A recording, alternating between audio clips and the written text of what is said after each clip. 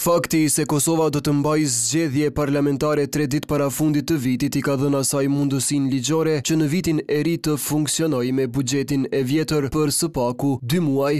Kjo përkundër që vendi hyn në 2026 pa miratuar ligjin vjetor për buxhetin. Ish-ministri i financave Haki Shatri sqaroi se ligji për menaxhimin e financave publike parasheh situata dhe afate kohore të funksionimit pa miratuar buxhetin. Kur ka zgjedhje në 4 muajt e fundit të vitit që po shkon, atëherë mundet mu vazhdu edhe janari e shkurt i vitit që vjen me 1/12 ose me 8% të buxhetit vitit kalu.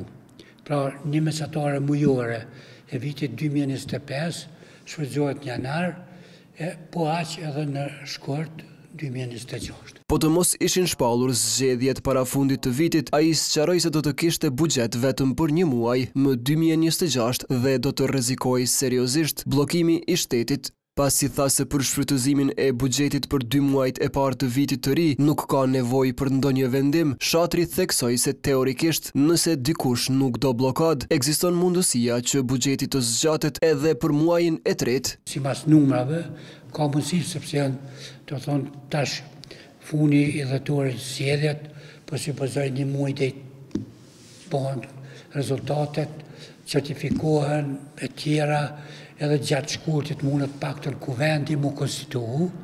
Nëse konstituohet kuvendi ka drejt me zgjat edhe muajin mars me 1/12 e vitit paraprak.